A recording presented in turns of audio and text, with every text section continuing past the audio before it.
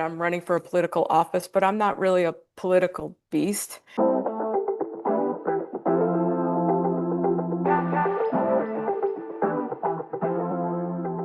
I'm Alan McPheeters with the Voter Interests Project. This year, voters in Island County will elect officials to several county offices, including assessor, auditor, clerk, coroner, prosecutor, sheriff, treasurer, and district court judge. 19 candidates filed to run for these offices, and we've invited each of them to join us for an interview.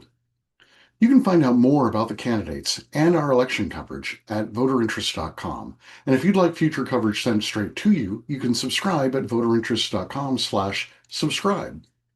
Today I'm talking with Barbara Fuller, a Democrat who's running for auditor. We shared possible questions with her ahead of time. All right, good evening. Today is Tuesday, June 16th, 2026, and we're here with Barbara Fuller, who's running for Island County Auditor. Barb, welcome to the Voter Interest Project. Happy to be here. Great. So now we get people joining into this from all kinds of places. I can tell that's actually the room you're in, as opposed to this ridiculous virtual background behind me. But where are you? Is this your home or an office, or where are you? So on my property in Coopville, I have a big barn that we built, and it's 2 stories, so I'm upstairs in the barn. We did a lot of work, tongue and groove, and I think it came out rather nice. So it gets a lovely background. Yeah, it's a beautiful room. Mhm. I wish I had a room like that in my house, but I don't. So that's okay. Let's start out with not exactly a rapid fire round, but just sort of a brief set of questions about you so people get to know who you are, where you come from, what you're doing here. So, are you married? Are you single? I am married. Married. And you have Mhm. kids? No, no. Well, I've got dogs. Close enough. Dogs. Yeah, for us, the dogs work. You know, you can't really say anybody is a bad person if they love dogs. Doesn't matter what else they do, they love It's dogs. it's true. Dogs are wonderful. We have cats, but It, we love dogs here too. it's Uh, okay. Now, were you raised here on Whidbey? Did you move here? How did you get to Island County? I moved here in 2012, and we ended up here because some really good friends of ours bought property in the mid 90s, and we Mhm. kept coming up to visit them. And at the time, we were in California, like half of the island, honestly, and we fell in love with the place, and we got tired of some of the issues in California, and we still love it. So we can't think of a better place to be than on Whidbey. So many of the people I talk to say Mhm, exactly that same thing. mhm, It's mhm. a great place. Did you serve in the military? I did not. However, I do have the haircut. I'm actually a retired law enforcement officer, so I Oh, retired quite a while ago, believe it or not. okay.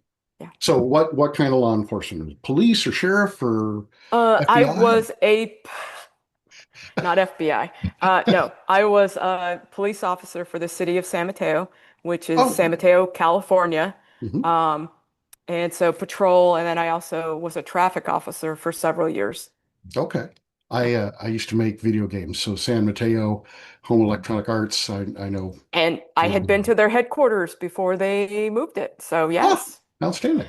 Yeah, and Uh, if a police officer visits, it's not always a good reason. So, but I had been there. yeah. Usually prefer not to have the law enforcement have to come to the office, but that's all It's right. true. Yeah, it's all right. So you said you've been retired from law enforcement for a while. Are you Yes. just enjoying the retired life, or have you moved on to a second act? No, I actually got injured on the job. Not enough that if Oh, you saw me walking down the street, you'd notice, but enough to retire out of law enforcement. ah, Um, and so I retired fairly young.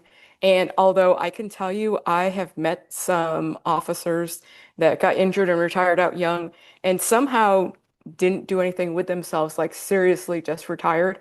That's not me. okay. Um, I need to have purpose in my life.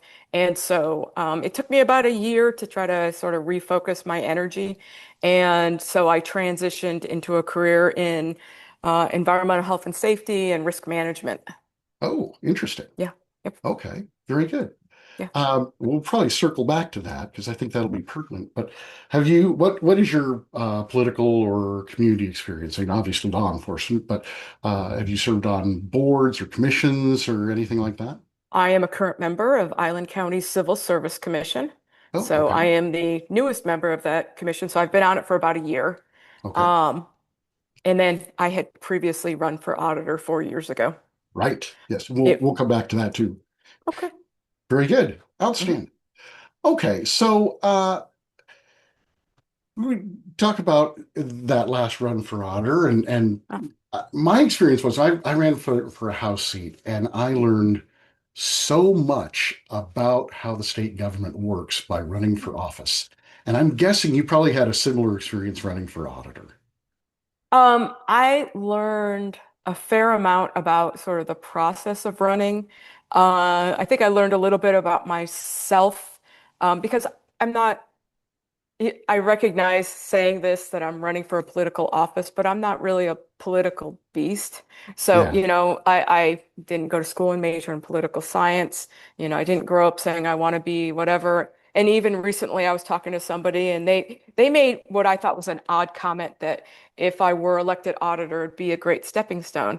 And honestly, I want to be Island County's auditor because I want to be Island County's auditor. Right. But back to your question, running previously, I participated in a couple of the forums, which was, Hmm. I thought, a fabulous experience. Whether you thought I did good or bad, I thought it was a good experience because you always learn something from it. Yeah. Um, and then I didn't win, which that's okay. Probably what I learned most from running in general outside of the process was I actually ran into some people and asked them for sort of feedback. And people were nice about giving me productive feedback about how I could have approached it differently, which when you're in the middle of it, it's your first time and you're a little bit innocent or naive, you don't necessarily recognize things. Yeah. Um, so I think that's what I got more from it. And I think, had I been running for state office or certainly a federal office, I would have probably had closer to your experience. Island County, I think, is a little bit more personal of a level that I didn't have Yes. to get enmeshed in that so much. True. True. That Yes. makes sense. Did Mhm. you, so you ran 4 years ago. Did you decide then you were going to give it another try now, or how did you come to running this time out? Um, I had thought about it. Uh, I had made a comment right after I lost that I would run again. Hmm. Um, and one of the reasons why I ran then was, yes, I do think I'm qualified for the position. I believe in public service. Um, but also in the now 12, 13 years that I've been on the island, there are so many elections where your choice is one candidate. Yeah. And I think that's wrong. You should at least make the incumbent or the one person that's there, at least make them stand up and explain why they deserve your vote. Um, and I can say, for Sheila, she showed up at the forum. Hmm. I just said my piece, she said hers, and she made a good go of it. I will say that, and she clearly won. Um, but I think there is meaning in forcing the person to actually say something. And, for example, um, just about every position has somebody running against them. I think Tony Lamb's the only one who doesn't, and I don't have anything bad to say against him. Although I would, as a voter, appreciate if there was a choice. Yeah. Um, No, there's actually a couple others who are running unopposed. Greg Banks is running unopposed. that's true. That is true. Chantel Porter. But Hmm. treasurer, prosecutor, coroner, auditor to some extent, these are fairly technical jobs. And Hmm. so I got involved in politics in an enduring way. Um, a dozen years ago, I got involved in the Republican Party. I ran for office because I ended up being the chairman of the 21st District Republicans. And in Hmm. that district, which is Edmonds and Linwood and Mukilteo, that office or that seat had been held by a Democrat for a long time. It came open because the incumbent retired. Four Democrats filed, and the end of filing week came along, and there were no Republicans. So I thought, well, I have to have somebody on my team in the race. I had no expectation that I was going to win, and I certainly didn't. Yeah. But since I've been involved in that and looking at these county offices, especially ones that seem kind of technical, I don't know what the meaning is of party affiliation for the county auditor. Um, I have a good idea if you're running for federal or for state office, but at the county level, I don't know. Do you have a sense of what that's about? Um, well, it's written in the RCW that it's a political distinction. I know Hmm. there have been efforts to try to change that and turn it into more of a formal, hired administrative position. It is a nonpartisan position, and anybody with any amount of ethics is going to run it that way because that's part of a democracy, Yeah, honestly. Um, so I don't know that at the heart of it, um, it has to be, but in the RCW, it says that it is. yeah, And as such, without changing that, which as I said, there's been efforts to that have failed repeatedly, yeah, um, it will continue that way. Um, Pros and cons to it. Um, it does allow the various positions, not just auditor, but other ones, to have uh, different people, different influences in how the specific office is run. If assuming there's turnover in the position every 4 years or so. So you do have um, different approaches to doing the jobs, even if those approaches are still truly fully ethical, nonpartisan, but we all have our different styles, and I do think there's merit to that. But other than that, yeah, I'm not going to disagree. It should be treated certainly nonpartisan. There's no good reason for it otherwise. yeah. There's a little bit of research that says that people participate in partisan elections at a higher rate than nonpartisan, just because they get an additional signal about who the people are. It's hard to Mm. tell at a municipal level, but that's all. Put that to the side. Uh, I think that a lot of people are pretty vague on what exactly the job of the county auditor is. We hear a lot about it with elections, but there's more to the job than that. Can you kind of outline what the responsibilities of the job are? So elections is the hot button, so that's an easy one to go for. Yeah. But the auditor does a lot of, I'll call backbone things for the county. So they take care of accounting. Everybody thinks that the treasurer takes care of all the money. The treasurer takes in all the money. I pay my taxes to the treasurer.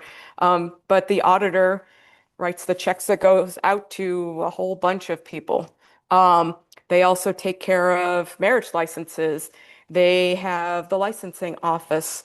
They have the accounting office I already mentioned. Hmm. I'm trying to remember if I missed one. And recording, so record keeping. So, transfer property, auditor's office keeps the records. So a lot of very, very administrative things, as we mentioned too. But the elections office, especially in the last couple of years, both locally and otherwise, is the hot topic and probably the more romantic one to talk about, honestly. Sure. How do you think things are going at Island County elections? Um, Well, I know one of your questions is about what happened last year. So Yes. that caused a lot of controversy. Um, Should there have been a mask mandate there? from what I'm told, so I'll start by saying I wasn't there, so it's hard because you do it based upon the information you have, and the information I have is what's publicly available. Hmm. Um, you know, Based upon what I had heard or read, um, there was concern about election workers were getting sick. They didn't want more to get sick, and COVID has still been an issue or even the common flu. Right. Um, and you need to actually keep your staff. You need to have workers. If you have no workers, then it's really hard to be able to fulfill the requirements for the elections. Yeah. So, given the information I have available, and with that qualifier, I really have to say I agree with it. Um, So, and from what I have read and heard, I think it was handled as appropriately as it could be. It was a very unfortunate incident that probably could have gone much better. Yeah. Yeah, I think that's Yeah, probably right. That's fair. yeah, yeah. Um, is there a challenge that you see coming, some big thing that the auditor's office is going to have to grapple with in the next 4 years? Well, there's various initiatives around voting in particular um, that if actually enacted could impact heavily the auditor's office financially and otherwise, because certain initiatives could be very expensive to comply with, also cumbersome. And so there's the issue of the basic mechanics of figuring out literally how to do it, how to staff for it, how to pay for it, which would obviously the auditor's office would have to deal with it, but the county as whole would have to bear the brunt of that. Um, you did have a question in there about a statement that I made, a very general statement about um, improving processes and such. Um, and I am, with my background, we very generally spoke about, environmental health and safety and risk assessment. And I've spent a good chunk of the last 25 years working on process development, process improvement to make things safer, more efficient, more environmentally friendly, lower the risk. And that's very much a part of who I am. And so if I'm elected to the auditor's office, I will say that in general, I expect to continue in that fashion. That's who I am. Okay. And I think for the county in general and the auditor's office in particular to be more sustainable, we're going to have to look at those processes and see what we can make better. I'm not telling you, I haven't spent the last 25 years in the auditor's office, so I'm not gonna try to say that I think there's, five things in particular that I think need to change. Right. I'm not in a position to say that that's making all sorts of assumptions that I'm not willing to make. Um, I do think staffing for Island County in general can be very challenging, largely because we are not the most competitive in terms of compensation. That's no big secret. That's not specific to the auditor's office. That's a broad general statement that I think few would disagree with me on. That can be an issue in terms of staffing. The other part is, and this is probably going to be the one thing I probably can point to as something that needs to be addressed, is making sure that we've got proper succession planning in place in the auditor's office. There's key positions that can't have you can't have vacant. Right. And so the elections administrator is a good example that if Michelle decided to leave for whatever reason, or if something, unfortunately, and I'm not saying that she's sick or anything like that, even vaguely, I'm just throwing out scenarios. Um, but let's say she became sick or she just decided I need a vacation or whatever. Do we actually have a good plan for replacing her? Because it takes 2 years to get somebody certified, and we have to have a certified administrator for elections. Right. Um, and there's other critical things, if certain people left in accounting, there would be gaps that probably would be easier to address than Michelle, for example, but still could actually set us back significantly. So making sure that we actually have those plans in place to make sure that we're not scrambling for people. I haven't looked at the Island County postings lately, but I do know that the accounting lead was posted recently. And so my question, and I don't know the answer to the question, is the people that were in the accounting group, were they being groomed to be the logical successors? And just because they were being groomed doesn't mean, especially in government position, they're just move there like they might be in private industry. Right. But wouldn't you want to prep them for that? They're invested in Island County. Hopefully, they want to stay in Island County. And even if we're not the best paying in the state, wouldn't you just love to keep serving the community, especially if you've got job progression? Yeah.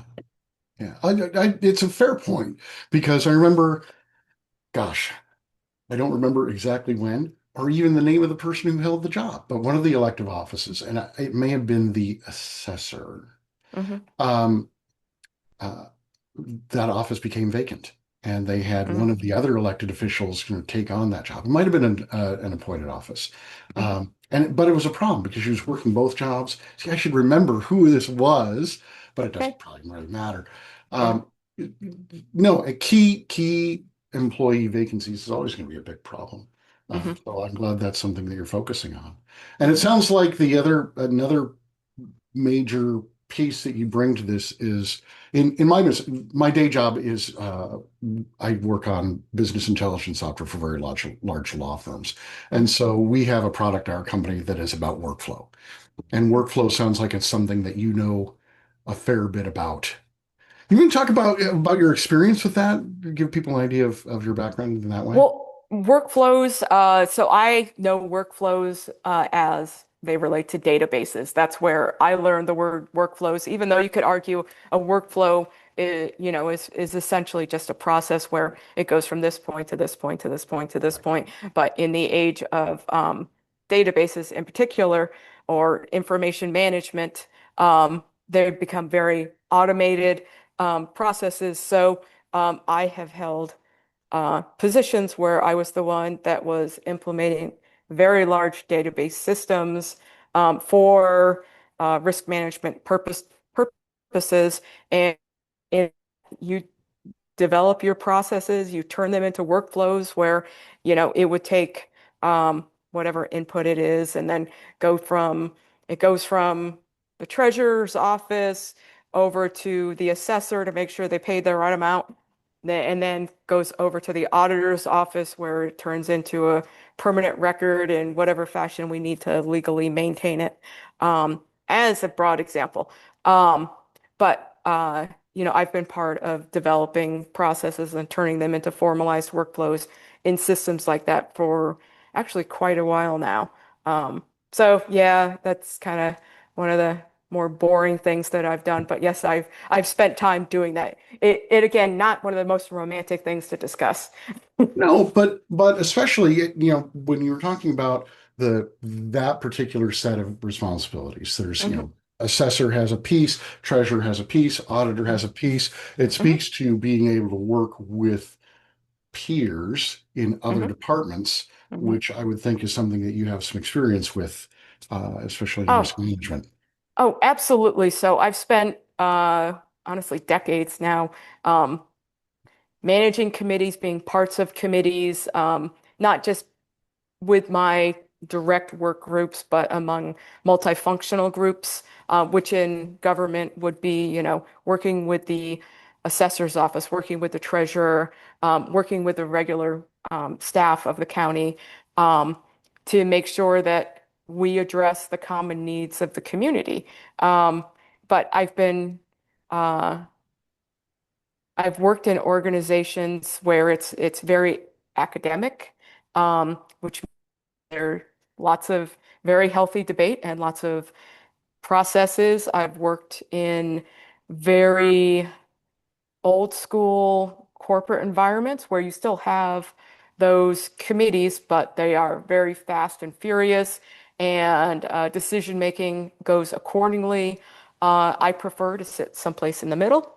Um, because decisions do need to be made, but you also need to make sure that you get appropriate input from the right stakeholders to make those decisions in a very informed fashion, um, so that they actually are good for those people and can last. Otherwise, you end up just redoing it again, and it's a waste of energy, time, and frequently money. Right. Um, so, yes. Very good. Okay. Yeah, I don't know if this is a fair question or not, because it's not something you would really describe or you would decide. But how Yes. do you feel about mail-in voting? I support it. I think it allows community members that otherwise would not be able to easily be able to vote, that opportunity to vote. So I think it definitely provides that service. Obviously, for the military who are deployed in particular, it makes sure that their rights are maintained. I think it does make managing the election easier because the structure, when I first started voting when I was 18, I remember standing in lines in a gymnasium at the local high school for Yeah. hours. And that was part of the ritual, which I can think back of, um, as a good experience in me doing my civic duty. Um, I don't know in current society if that would work for us to be able to actually get a good turnout. It's already with elections, we're never going to get 100%. I could wish the day where people stood up and were willing to actually express their opinion enough to vote en masse, and then throw a line in front of them standing at South Whidbey High School. Um, it's just they wouldn't be able to park for one thing. So they're going to Right. drive by, find no parking, and be like, okay, I will go have ramen in downtown Langley instead. Um, uh, it's just what came to mind. So, I think it serves the community in a much more practical way and is much more fair, to the community. Okay, very good. Yeah. Yeah. I think that covers all the things I can think of that we should talk about with the auditor's office. So, the last question is always, what's the best way for voters to get to know more about you? I mean, do you have a Facebook page? There's a website? Do you want people to call you on the phone? How would you like people to learn about more about you? If people want to call me, my phone number is certainly out there. My email is equally out there. People are welcome to email me is honestly going to probably be more successful than randomly calling my cell phone. Um, I would love to say that I have some great web presence. That is probably my single biggest weakness. I am honest about it. I am not a big social media person. That's fine. Nor do I plan on running a high budget campaign where I'm hiring staff to do it for me. I'm honest. Um, every invitation I get for interviews and forums, I am saying yes to. And I'm trying to show up for events and at least introduce myself. So Mhm. I am doing my damnedest to put myself out there. And this is who you get. Um, so I'm not going to make some cute TikTok. I don't think that's going to particularly serve me well. So I might be able to post some pictures of me with my dog, but probably not. Yeah. Fair Yeah. enough. Well, I what know. we'll do is, we're going to put this up on YouTube and on our website. I can put your email address in there so people have questions. I can put Okay. your phone number if you want me to. Um, How about Not stick with everybody the email? does. Yeah. Why don't you Email stick with better. the email? Yeah. That's probably the best. Yeah. Okay, fair enough. Well, I really appreciate your taking the time to Mhm. talk with us today about your campaign, and good luck out on the campaign trail. Hey, I really appreciate you doing this and thank you. You All bet. right. Take care. Okay. You Bye-bye. too. Bye. Thanks for watching our interview with Barbara Fuller. If you found this helpful, you can support our work at voterinterests.com/donate and help us keep producing resources like this for the voters in Island County. You can also stay up to date on future interviews and election coverage by subscribing at voterinterest.com/subscribe.